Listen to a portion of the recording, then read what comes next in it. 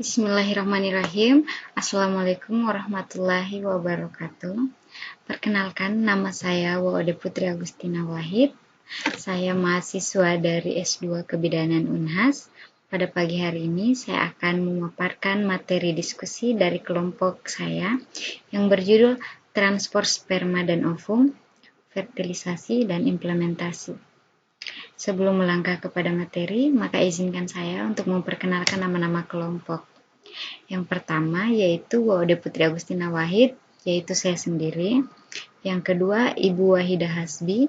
Yang ketiga Ibu Lili Jenny Suebu. Yang keempat Fatmawati Atangke. Dan yang terakhir Ibu Wadirena. Sebelum melangkah kepada materi, kita harus mengetahui rumusan masalah apa yang harus kita bahas. Yang pertama, bagaimanakah proses transport ovum dan sperma? Yang kedua, bagaimanakah proses fertilisasi? Dan yang terakhir, bagaimanakah proses implementasi? Tapi sebelum kita beralih kepada materi, yang paling pertama kita harus tahu adalah definisi kehamilan. Yang pertama, kehamilan adalah pertumbuhan atau perkembangan janin intrauteri yang dimulai sejak konsepsi dan berakhir sampai permulaan persalinan. Kehamilan normalnya sekitar 280 hari atau 40 minggu. Atau 10 bulan, tidak boleh lebih. Jika lebih, maka akan menyebabkan bahaya pada janin. Selanjutnya, beralih kepada materi. Proses transfer ovum dimulai pada saat folikel telah mematangkan ovum yang dibantu oleh hormon FSH, maka hormon LH berperan untuk melepaskan ovum yang telah matang tersebut untuk memulai perjalanan berevolusi.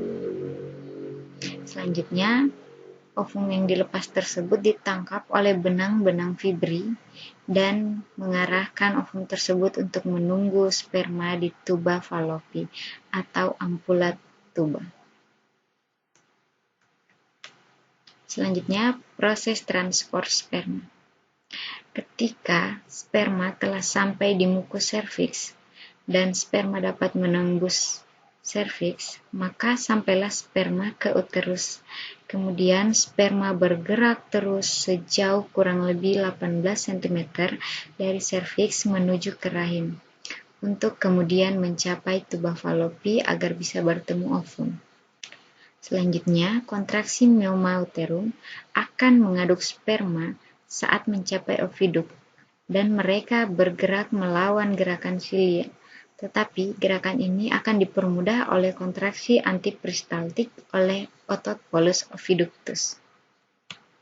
Dapat kita lihat di sini bahwa sperma berjalan menembus vagina yang sangat asam, kemudian menembus lorong-lorong serviks yang sangat sempit dan penuh lendir setelah dia berjalan masuk kepada rahim dan menuju ke tuba Fallopi untuk menjemput ovum. Selanjutnya, fertilisasi. Fertilisasi adalah proses awal yang merupakan peleburan antara inti spermatozoa dan inti sel telur. Proses fertilisasi ini dapat terjadi di ampula tuba Fallopi atau uterus yang berhasil menemukan ovum dan merusak corona radianata dan zona pellucida yang mengelilingi membran sel ovum. Lalu, sperma akan melepaskan enzim, seperti yang ada di gambar, bahwa yang berbentuk bulat kuning ini adalah sel ovum, dan yang kecil seperti berbentuk memiliki ekor ini adalah sel sperma. Mereka akan berusaha menembus ovum, dan kemudian setelah menembus ovum, maka ekornya akan terlepas, dan inti sel dari sperma akan masuk ke dalam sel ovum, kemudian bertemu inti sel ovum dan akan melebur. Peleburan ini yang dinamakan dengan fertilisasi.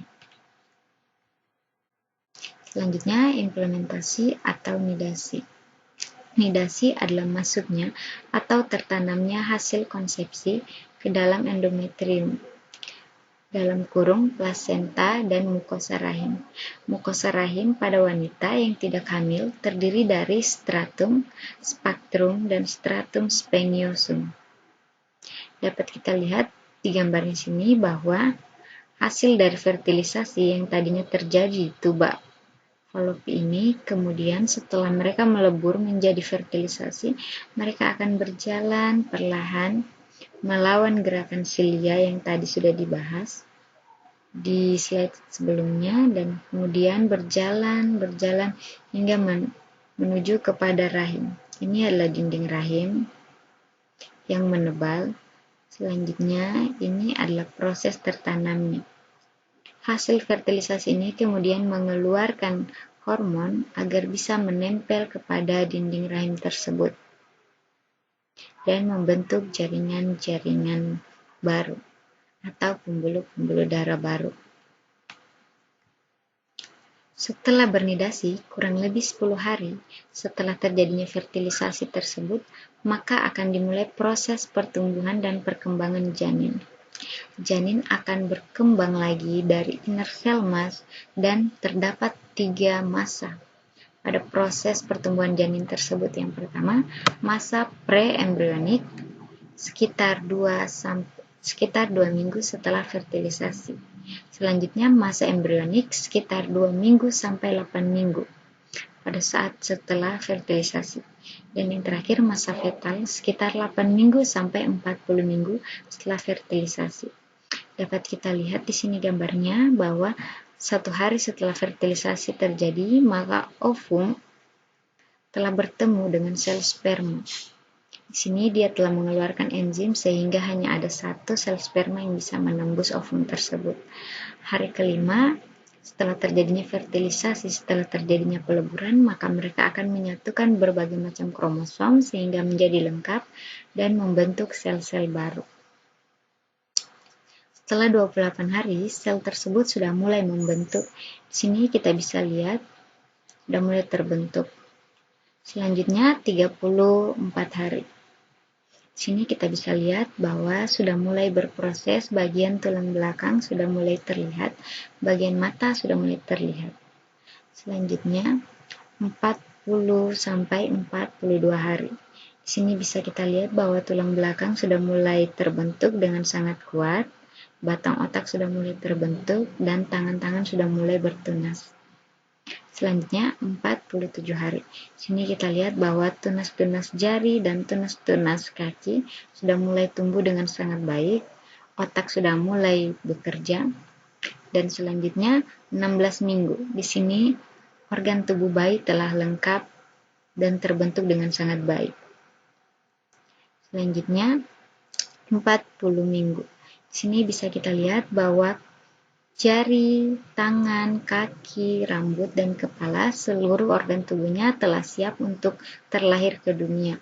Pada saat ini pula, kuku-kuku yang ada pada janin telah bisa tumbuh dengan sangat kuat, rambut sudah mulai memanjang, plasenta sudah mulai mengecil, dan organ-organ dalam tubuh sudah mulai siap untuk dikeluarkan dan bisa dapat bertahan hidup di luar dari rahim. Ya, mungkin itu saja hasil pemaparan materi dari saya. Kemudian untuk pertanyaan bisa dilanjutkan dengan menulis di kolom chat atau menuliskan nama dengan nama kelompok. Mungkin itu saja dari saya. Saya kembalikan kepada moderator. Wabillahi taufiq wal hidayah. Wassalamualaikum warahmatullahi wabarakatuh.